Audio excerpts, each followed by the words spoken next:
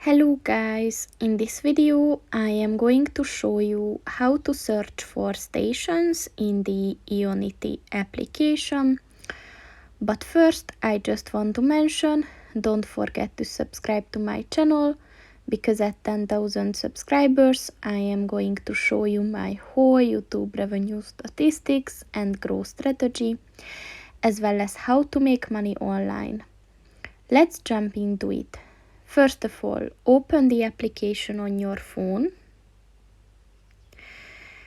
and then just click on the search stations bar at the bottom of the page, and then just start typing the station, and as you can see it will appear on the map and you can select it and you can find its exact spot. So that's pretty much it for this video, guys. See you in the next one. Goodbye.